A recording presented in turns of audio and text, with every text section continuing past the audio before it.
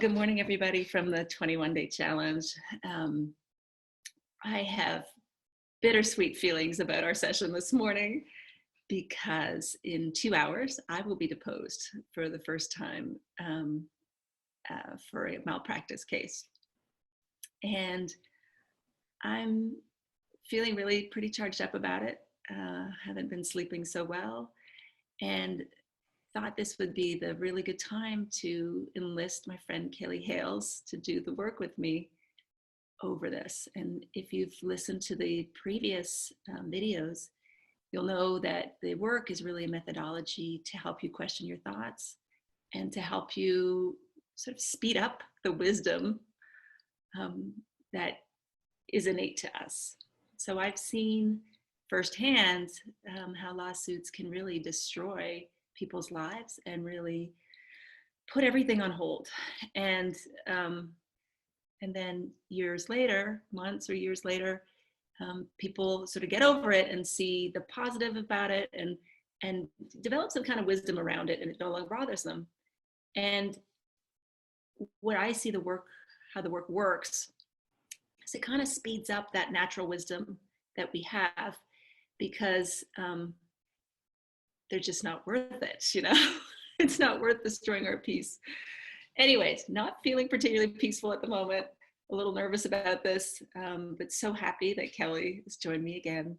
And we're gonna go through some of my thoughts about this upcoming deposition and potential trial, which will happen starting in a couple of hours.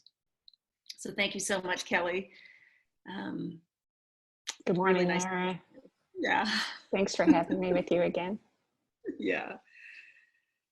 I'll let you just take over. Do your thing. Okay. So this is a stressful situation that so many of us face.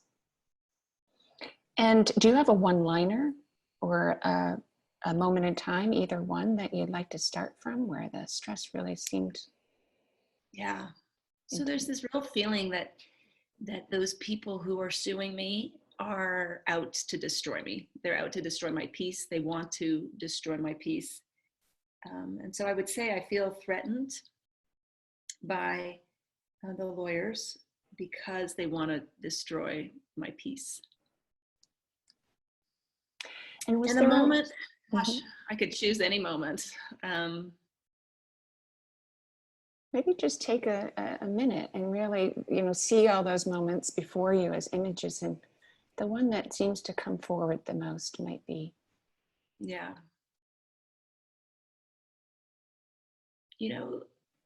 I'll even take, as we were, getting set up to do this, and I'm putting the computer together, and I'm trying to pay attention to the technical aspects of this call, which is still kind of daunting to me. And just feeling so much resentment in that moment and so much anger towards them that I even have to do this. So I'll take a moment, really 10 minutes ago, right here. Perfect. So you're right there at your desk? Yeah, I'm on my dining room table. There's my kitchen. Awesome. Yeah. Great. So just 10 minutes ago is perfect. So I invite you, Lara, to just close your eyes for a moment. Feel yourself there at your dining table. Put yourself back in that moment just 10 minutes ago when you were setting things up and thinking about this deposition to come this morning. Seeing those lawyers in your mind as you were seeing them. The whole situation.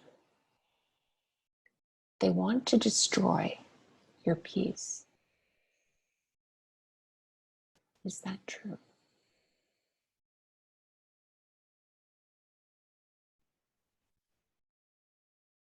Yes.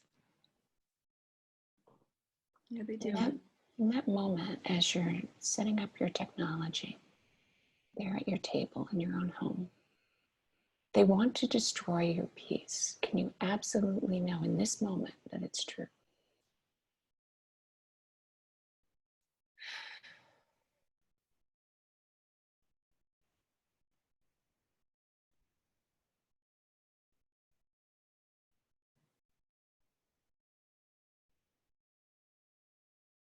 my head wants to say no to kind of look good, but yes, they really do. I'm going to give that a yes.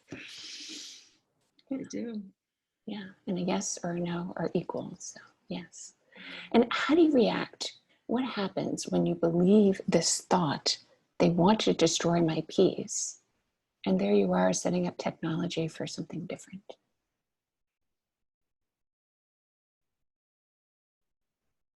Well, the first thing I noticed was I'm really hard on myself with the technology. I'm like, oh, I should have set this up last night. I'm already late. Um,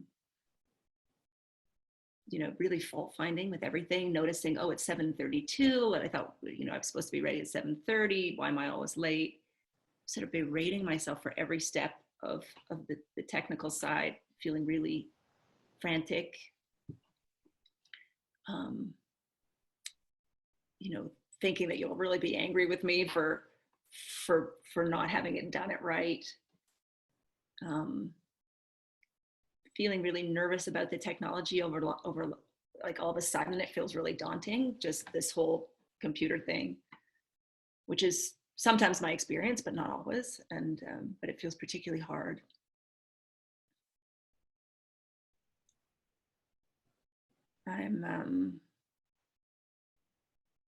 I've got this kind of sense of doom that right now I'm kind of okay, but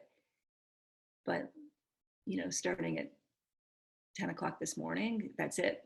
I'm done. What am I going to do? I'm doing some teaching stuff. What am I going to do when I fall apart? Where do you notice that sense of doom in your body?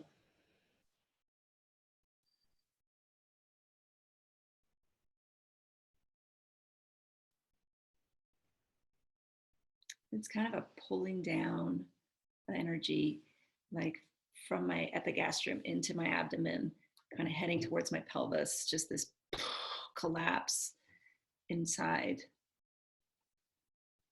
And at the same time, there's kind of a jitteriness, like in my extremities. There's kind of this like feeling as well.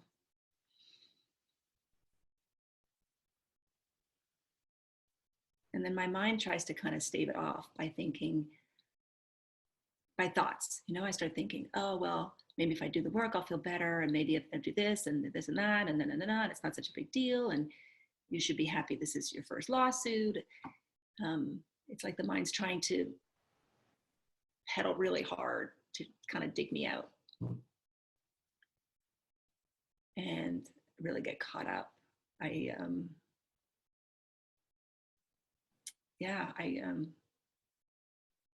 don't see anything positive. I don't see this beautiful home, gorgeous sunshine outside.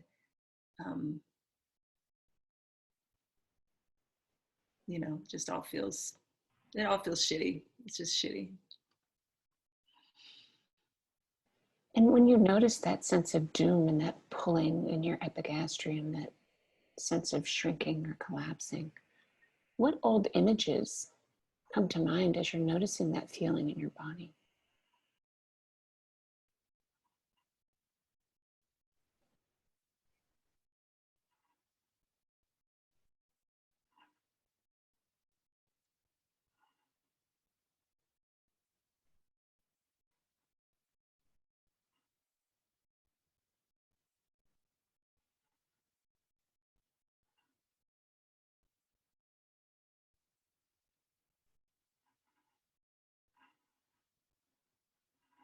Yeah, it feels like it reminds me kind of in like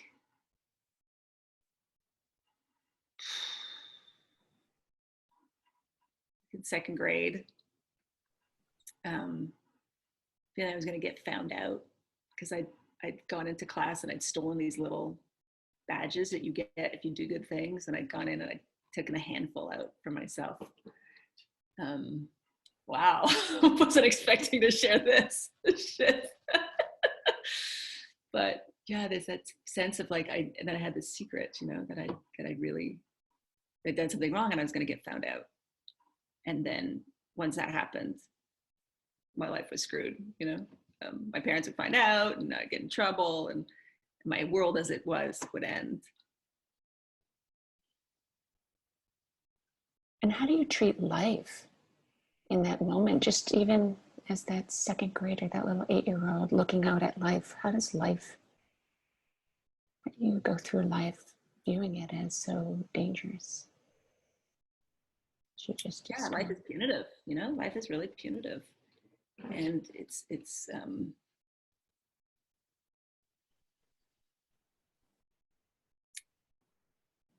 punitive, and you have to just sort of dart your way through and try not to get in trouble, but it'll get you, you know, it'll finally get you. Yeah, it's definitely a punishment based system from a punisher that's not necessarily good and benevolent, you know. Yeah. And those people who will catch you, how do you see them in your mind? How do you view them in that moment when you're feeling that secret fear? Interestingly, like kind of in two ways, bizarrely.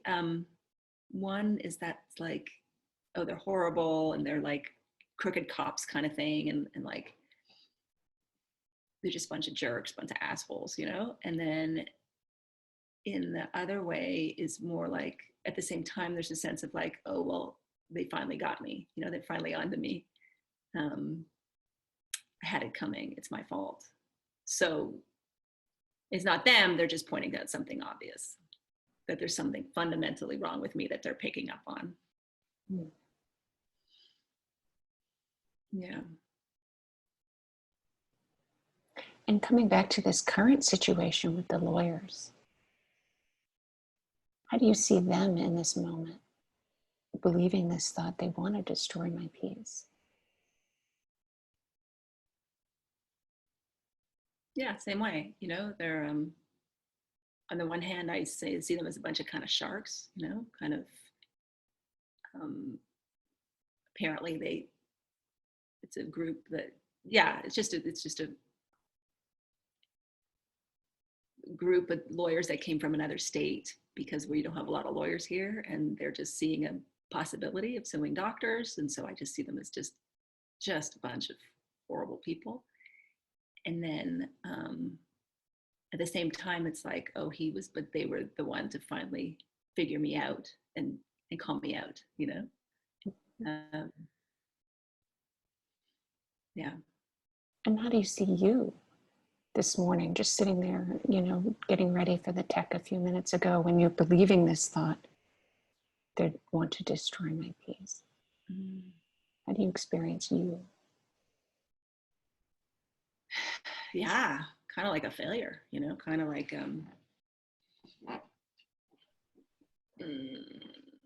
you know, someone who's never really tried, who's tried to sort of scammed her way through life, you know, who's just sort of bopped along. You know, I don't give myself credit for the countless hours of studying and you know, all the discipline and all the work and all the getting up every morning and all the sacrifices I've made for this profession.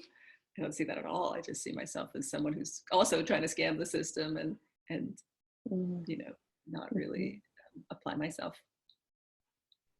And so I'll notice moments where I haven't applied myself, you know. So I'll notice with this technology, I'm like, oh, you must have not applied yourself if you're not ready, you know. There's another moment you haven't applied yourself. What were you doing yesterday? You know, you should have said, set the computer up last night, you know. So I'm kind of treating myself like I'm accusing the lawyers of doing. Yeah. Yeah. Kind of like that 8-year-old with the secret. Yeah. Yeah. Lara, let's go back to that earlier situation as that 8-year-old. Just for a moment. Who would you be in that moment, in that 8-year-old body in the schoolyard? Who would you be without this thought that they want to destroy your peace? Just notice.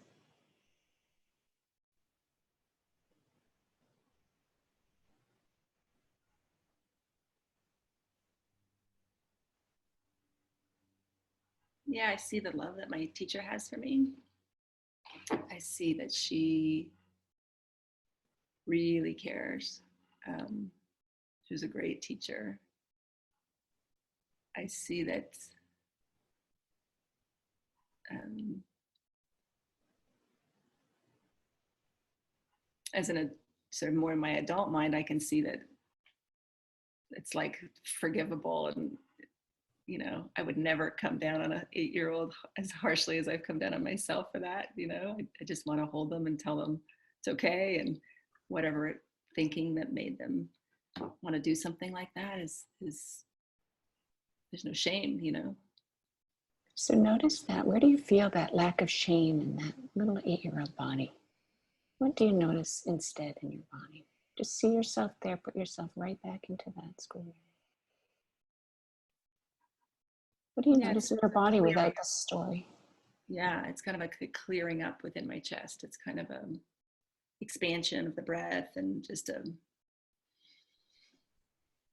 sort of bigger feeling in my chest. And like that's as the opposite of the collapse. It's just more of a like, feels like possibility. Yeah. And how do you view yourself in that moment, that little 8-year-old? How do you see you without this story?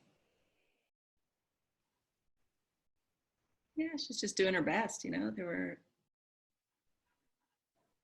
There were some really interesting adverse circumstances she was going through at the time, and um, like if I could see her now, and if I was a teacher, I'd be like, oh, that makes sense that she does that, given XYZ that was happening at the time in the community and in her life. Um, and you know, she's not doing that. It's not a big deal. Nothing happened, and shouldn't do it again. And you know, Yeah. And from that 8-year-old perspective, without this story that they're going to destroy your peace, looking out at life ahead of you, how does life mm-hmm. appear totally without this story?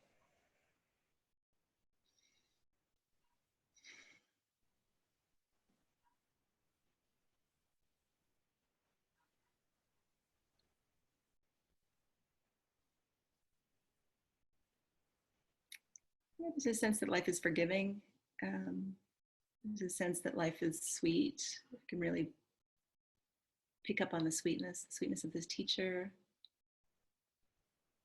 Um,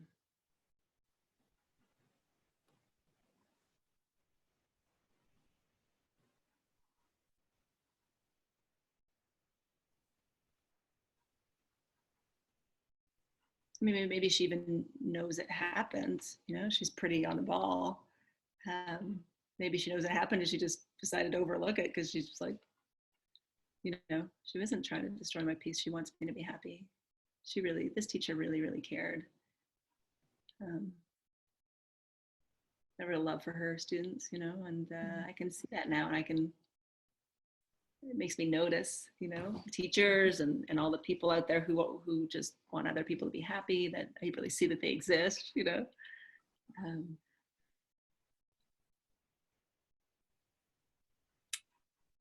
yeah, I just had the thought too, then in this moment, if I'm not holding that I can see all the support I have, you know. I have my husband who's coaching me this morning, um, you know, my friend who I'm going through this with, who's also named. She's been so supportive. Everybody's been so supportive, you know. Yeah. Yeah. And from this present situation, how about those other lawyers? Without the thought that they're out to destroy your peace, how do you view them? Seeing all that support and noticing all that support and the forgiving nature of life. Mm-hmm.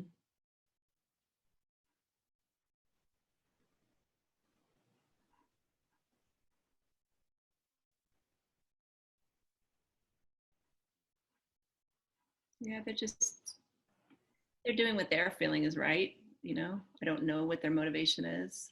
Um, could be that they really just feel strongly for their client, and so connected to their client that I know I felt so connected to somebody that I was willing to overlook rules and overlook reason. Yeah. So without the thought, I don't really know what their motivation is. I can imagine that they probably have families to feed, and this is just a job. This is a job for them. It's what they need to do.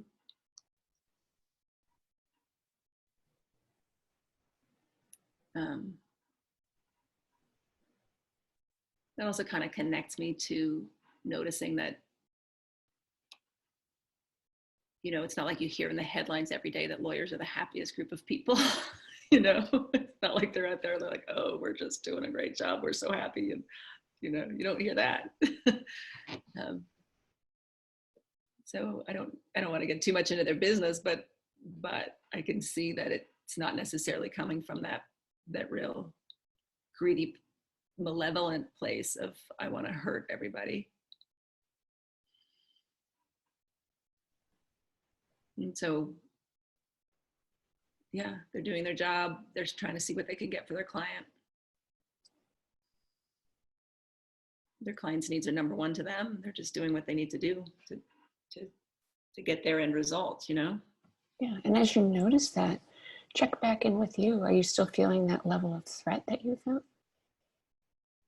Or what do you experience now? No, it feels a bit more neutral in my body. I can't say I'm feeling expansive, but it feels more just neutral.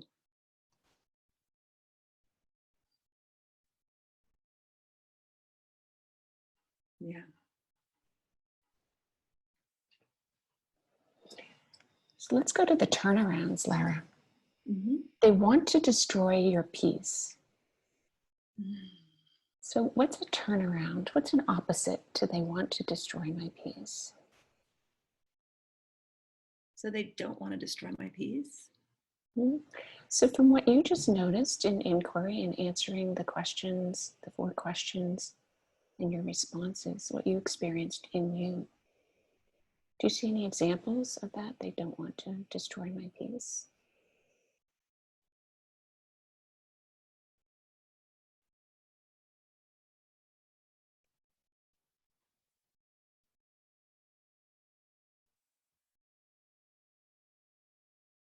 What comes to me is I have a few friends that are lawyers, and I've never heard them say anything like that. I've never heard them say, oh, not only do I want this court case to go my way, but I want to fucking destroy this person, like that's just never been part of what I've heard. Mm-hmm. They don't want to destroy my peace. Yeah, I can't think that that's their first goal in their life. I'm sure that's not, when they wake up first thing in the morning, it's not like, oh, I'm going to get them.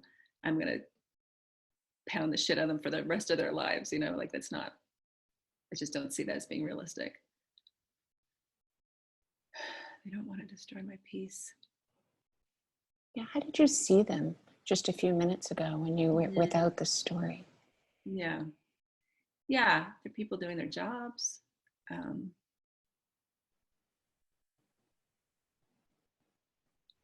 They may be, the image I have of them more is people just doing their thing, possibly just feeling so strongly for their client that they're willing to kind of really go to bat for them. How about just in the actual moment where you are alone in your dining room? In that moment when you were believing this thought, if you weren't, just basically from your inquiry, what do you notice from answering those questions? Well, I just don't have any evidence of it. I don't have any real, true, hard evidence that that's what they want to do. Nobody's ever said that. My lawyer has never said to me, oh, these guys, they just want to, screw all the doctors. They may have said, these guys just want to make a buck, possibly, but they haven't said, they want to destroy your peace forever. It's not anything I've actually really ever heard. Yeah, it's not personal. No. It's not, exactly. I've never heard this be a personal thing. And how about from that earlier situation when you were 8 years old? What did you notice when you were viewing that situation from the more expansive place that you referred to? Mm-hmm. Do you see any examples of they don't want to destroy my peace? When you were looking at your teacher, life without this story. Yeah. Yeah, that teacher was so calm and had such a beautiful sense of quiet and peace in that classroom.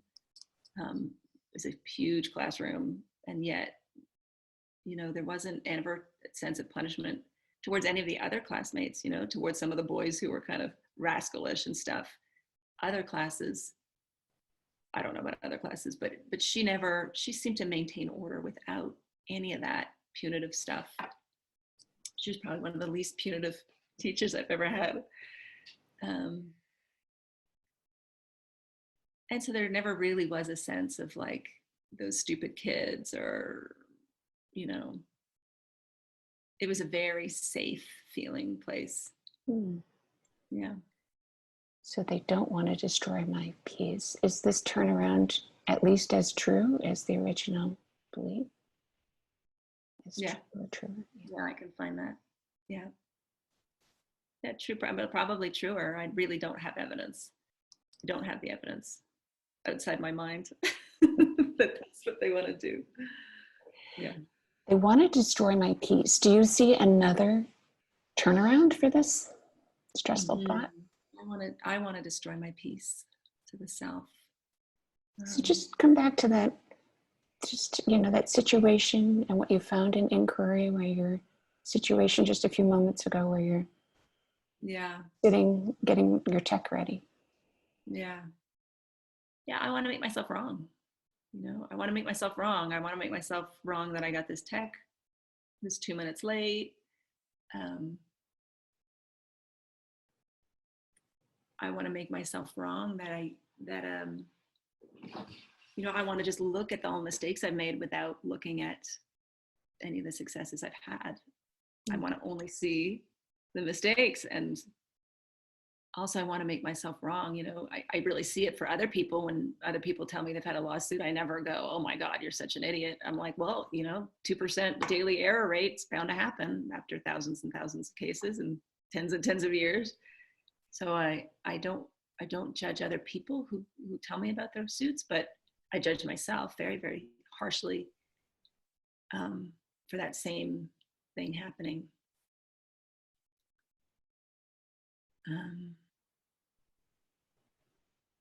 Yeah, that's a real pattern too, like I want to make myself wrong. It's a bit of a modus operandi, Yeah, and looking back to that second, my fault. looking back to that second grade experience. Yeah. I want to make myself wrong. Yeah, I want to not take context into my actions. Mm-hmm. I want to turn that happening into it's like the difference between shoplifting and murder one, like I just the crime gets inflated and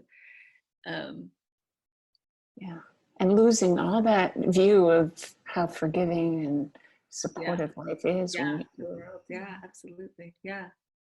Yeah, it really is the opposite. When I want to find myself wrong, it really is the opposite of there's a forgiving world, that it's a benevolent and beautiful place of full of kind people. When I go into it, I'm wrong, that's just the opposite. It's just a shut off of all of that. Yeah, just an innocent person believing their thoughts. Yeah. You see, I'm still doing it. I'm still going, I shouldn't think like that. Yeah, absolutely. An innocent, and I can really see the innocence of that little girl, and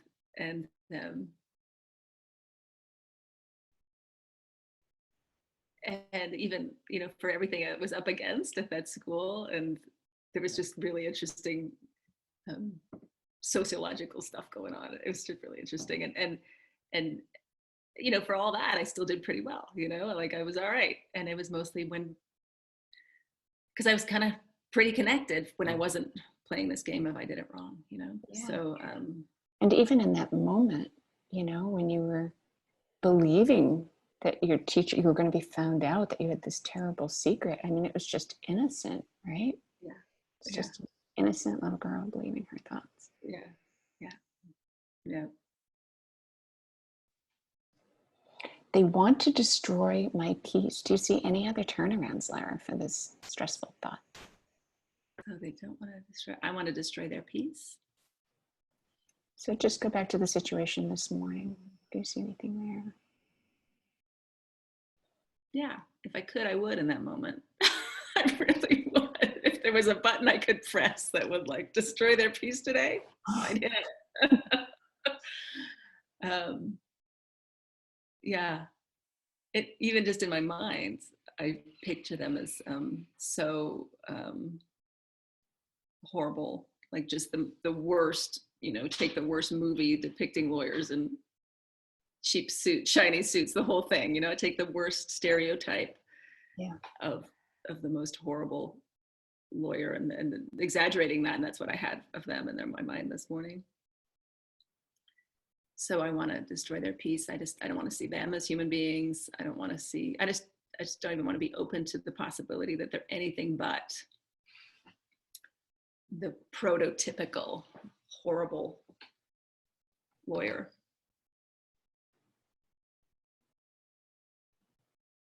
Yeah.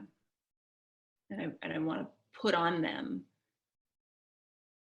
that they're just horrible people, you know, not just whatever they're doing for their job, but they want to make us doctors unhappy. Suffer. That's the choice. I'm putting that on them. Yeah, and I heard those, you know, those concepts from you when you were just believing this thought. And interestingly enough, when you switched to without the thought, I heard a lot of compassion for those lawyers. Yes. Yeah. Yeah.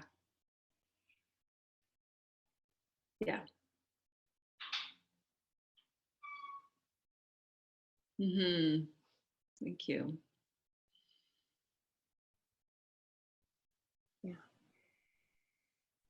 Yeah. Truer, I know. truer to your true nature. Yes. Yeah. Yeah. I noticed, I think an underlying thought of, sometimes when we do this work, as you know, like these underlying beliefs, secondary underlying beliefs come up. And so for me, what came up for me is in order to survive, I have to make myself wrong. And noticing that I hold that for myself, and I've heard other physicians say that too, you know, and I think that's sort of our modus operandi, you know, pull it all down on ourselves. So that would be something I would want to question in the next, maybe in our next one. Yeah, and you know, since it came up in this context, you know, the way our brains and our minds work, you know, we're just reliving history again and again. So you might even consider, since it came up in the context of this situation that reminded you of your, you know, second grade situation, you might even look at it from that situation and question it from there. Oh yeah, I need to make myself wrong. Yeah. To survive this. Yeah. Good thought. Well, thank you so much. I feel so much better, you know. Yeah. Let them ask what they need to ask. Yeah. I'm ready for it. Love seeing that.